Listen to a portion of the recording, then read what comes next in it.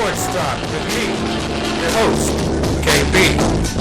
It's Sunday, February 19th, 2017. We got a lot of sports going on. We got a lot of good things going on. It's glad to be here today. I'm glad to be here today. Thank you for tuning in. Thank you for listening. Thank you for the support for Real Deal Sports Talk with me, KP. Do check us out on Twitter, Real Deal KVP. Check us out on Facebook, Real Deal Sports Talk with KP. We have a new Google Plus community, Real Deal Sports Talk with KP, so check that out. People will be able to sound off and do what they need to do there. And, of course, we also have the text line, 720-515-5597. If at any point during the show you got something you want to sound off, go ahead, get it on the text line, and we'll try and get to any of those texts that do come in. All right, so it's a big sports weekend, right? You know, we don't have the NFL. We're all a little sad about that. You know, we wake up, no football, no college football, no games being played. Let's put it that way. Football's a year-round thing. So football's not gone. We'll talk about that more and more. We got a lot of exciting things coming up as far as football goes over in the next couple months heading into the next 2017 season. And remember, the league year starts in a mere, less than 14 days. So be ready for that. Now this weekend, let's talk about this weekend. This is a big weekend for NBA fans. It's a big weekend for basketball fans. And depending on how you feel about the skills competitions and the celebrity games and the future games and all-star games in general, maybe this is something you're paying attention to, maybe it's not. For me, when we've talked about all-star games on this show before, I've expressed the fact that I think the NBA weekend is the best out of all of the all-star weekends. The product that they put out there is more entertaining to watch. It's still not as competitive. It's still not the same as you would see in a regular season, a playoff, or a championship game. But to see the best guys, and in general in the NBA, you get the best guys. You get the guys who are playing the top that season. It's not after the season where guys can go, you know what, I got this injury I want to rest, or I got this, or I got that. And you'll have some guys do that in the NBA, but not nearly as many as you will, say, in the NFL, because theirs is after the season. The other sports have them during the season, but they have their issues. We're talking about the NBA right now. So, as far as this NBA weekend goes, it's my favorite out of all of the All-Star weekends that are produced by any of the major sports here in the United States. It started off earlier this week. You had the celebrity game. You had the futures game on Friday night, where the world beat the United States team 150-141 with the guard Murray from the Denver Nuggets putting up 36 points and 11 assists and winning the MVP of that game. That's a good sign for Nuggets fans. That's a good sign for the Nuggets as a whole. That is a position, a shooting guard, that they need more consistency out of. He is a young guy. He's a rookie this year. So we'll see. We'll see what he's able to build into over the next 2 or 3 seasons as the Nuggets have been shaking things up there. But if the world's putting up 150-141 over the U.S., I would love nothing more. I don't remember who it was this morning, but I was watching ESPN, and one of their reporters said he wants to see 200 points in tonight's game. I would love to see one of them score 200 points. In fact, I'd love to see both of them score 200 points.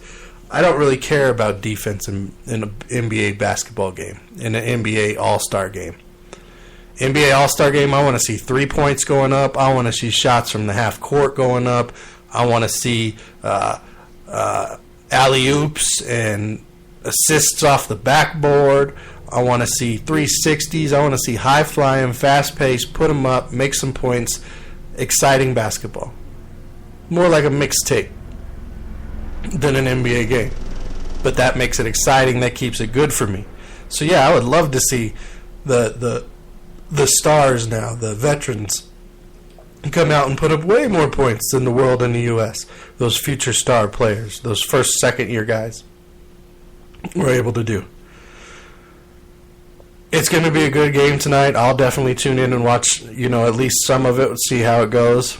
I can't say I'm going to watch all of it, honestly, but I'll definitely tune in and watch some of it. I tuned in last night for the skills competitions. Those were fun to watch. A lot of competitors, it seemed like, more than I can remember there being. Dunk contest.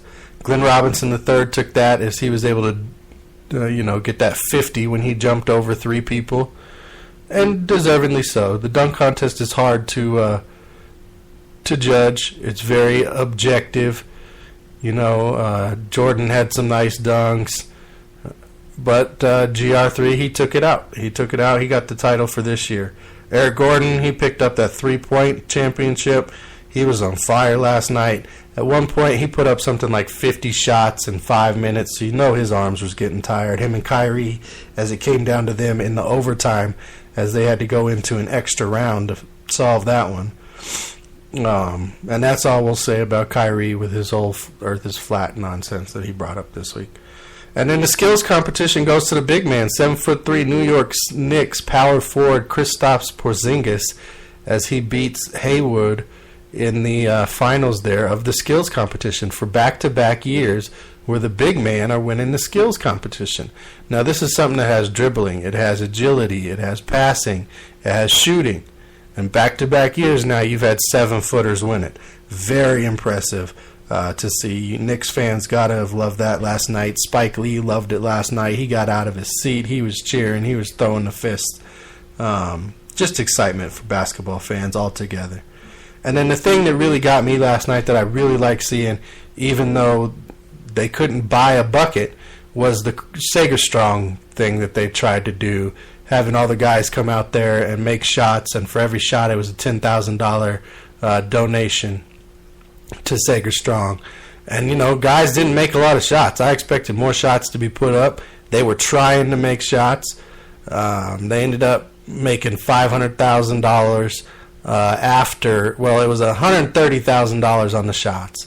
And then they gave Steph Curry 10 chances to try and make it a half-court shot, and he couldn't pull it out to get that number up to $500,000. That didn't work, so they brought out Craig Sager's son, and Shaq lifted him up. He made a shot, and that number went to $500,000. So maybe that was a predetermined amount. Maybe they would have boosted it up had they made a bunch of shots. But it looks like they were planning on making a $500,000 donation. They did a fun little thing to promote that, to promote Craig Sager, to promote all he's meant to the NBA, and now to the world of cancer research and recovery as well. So, if you got a charity that you donate to, congratulations. We all should be doing more. If you don't know Craig Sager, check him out. If you have someone touched by cancer, definitely do what you got to do to support what you got going on and your loved ones and all that kind of stuff. So it was a great night last night. It was fun. I hope the game tonight tips off the weekend and just, makes it all a giant success with a lot of entertainment and a lot of points tonight. Game kicks off, I believe, around 6 o'clock tonight on TNT. All right, so this week, moving on. This week, fan poll I did this week was based on an article that Greg Rosenthal on NFL.com put out in January. And he had ranked the top 25 free agents for the 2017 class, okay? So we're going to talk about the fan poll and how those results came out. We're also going to just go through his top 25 and talk a little bit about each one of these guys, if they're leaving, things like that, and how I see it breaking down. So on his list, first one overall, Le'Veon Bell. If Le'Veon Bell somehow manages to leave Pittsburgh, the Steelers organization is in huge trouble. This is a team. This is an organization that over the years has been consistent, has been strong, has been smart, has made good choices, and letting Le'Veon Bell go at this point because maybe he's had some off-the-field stuff that honestly it really hasn't been that big, not that big of an issue, hasn't taken away from the team very much. I say he stays in Pittsburgh. It would be great to see a guy of his caliber leave in free agency and bolster somebody else's team. That would be exciting. I just don't see Pittsburgh letting a guy like that go. Number 2 on Rosenthal's list is Eric Berry, Kansas City Chiefs. Now, this is a guy I do think, I I believe he's going to end up leaving Kansas City this offseason. I don't think they can keep both Poe and Barry, and ultimately I don't think Kansas City wants to pay Barry what he's worth because of his cancer scare, because of him coming back from that, because of potential other health concerns that could come down the line from it. So I think on the open market, Eric Berry's going to end up making more than Kansas City is going to want to pay, and I think he leaves town. A lot of teams would love to have him in there. Yes, he's getting closer to 30, but he still has 3 or 4 solid seasons left at the safety position and can help really just about any of the 32 teams in the NFL. Number 3 on the list, Kirk Cousins of the Washington Redskins. I think Cousins ends up staying in Washington unless San Francisco makes some dramatic trade to get him there in San Francisco. I could see him working well with Kyle Shanahan. I could see Kyle Shanahan wanting to make that happen. But will the new coach and the new GM, John Lynch, basically mortgage the next 6 years on trying to trade away assets to get Kirk Cousins? That I don't see. I don't know that means Kirk Cousins goes ahead and gets a long-term deal. He very well could be franchised again this year if they can't work something out. We'll have to see how that one plays out, but I definitely see him staying in Washington, not moving on anywhere. Number 4 on Rosenthal's list is Kawann Short. Now, this is a guy I've talked about. He had a great year. Well, he had a great playoff run and a great end of the season 2 seasons ago now when the Panthers made their Super Bowl run. He's a good force in the middle. He's going to make a lot of money based on what he did in his Super Bowl season. That Panthers defense as a whole was down this year. Kuechly being hurt and having his concussions really didn't help them at all. Thomas Davis, he's clearly getting older. He did not have the same type of season as he had. They were weak in the secondary because they didn't have a contingency plan in place for if they lost an average corner in a guy like Josh Norman.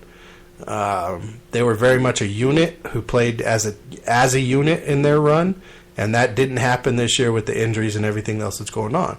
Now, Short is still an upper tier interior defensive lineman in a 4-3 system.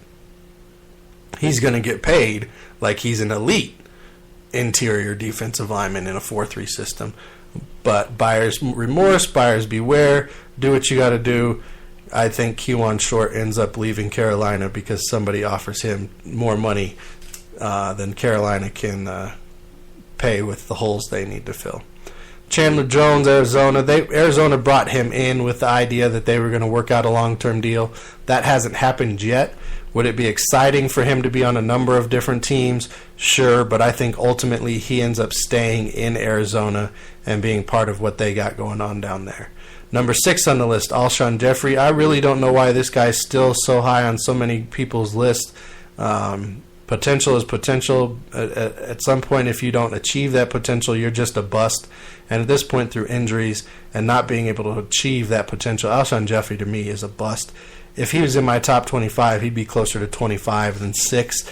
But Mr. Rosenthal has him at 6. I don't see him staying in Chicago. I think Chicago cuts their losses on this guy and moves on in a different direction in free agency and throughout the draft. He very well could end up, in LA with the Rams or Washington or something like that. Number 7, he has Melvin Ingram of the Chargers. Ultimately, I think he stays in LA. You could see him end up in a place like Indianapolis, however. Calais Campbell, I do think he moves on from Arizona. I think there's a number of teams that are looking for a guy like him who could play both the 5 technique and the 7 technique, depending on if you're running a 3-4 or 4-3 defense. He's a homegrown Denver, Colorado product. I could see the Broncos reaching out for a guy like him. He'd be a nice little veteran fit up there in Detroit as we're looking to revamp our defensive line as well. And again, he's the type of guy a number of teams are going to